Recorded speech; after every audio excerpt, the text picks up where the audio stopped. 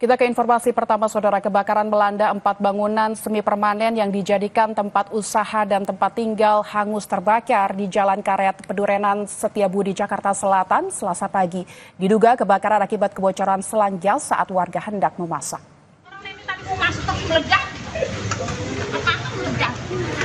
Inilah video amatir milik warga yang merekam kobaran api saat melahap bangunan semi permanen di Jalan Karet Pedurenan Setiabudi, Jakarta Selatan, Selasa pagi. Api dengan cepat melahap bangunan yang dijadikan tempat tinggal dan usaha oleh warga. Petugas yang tiba di lokasi bersama warga bahu-membahu untuk mencoba memadamkan api. Tidak ada korban luka maupun jiwa dalam peristiwa kebakaran tersebut. Api berhasil dipadamkan setelah petugas Gulkarmat Jakarta Selatan menerjunkan 10 unit mobil pemadam dan 35 personel ke lokasi kebakaran.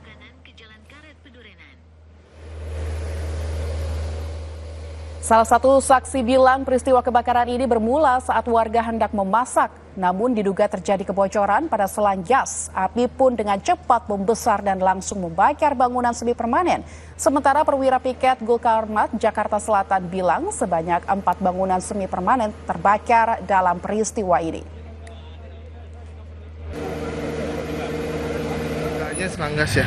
Dugaannya selang gas bocor, langsung merembet. Karena triplek langsung kebakar. Yang kebakar apa, Bang? Rumah, Bang.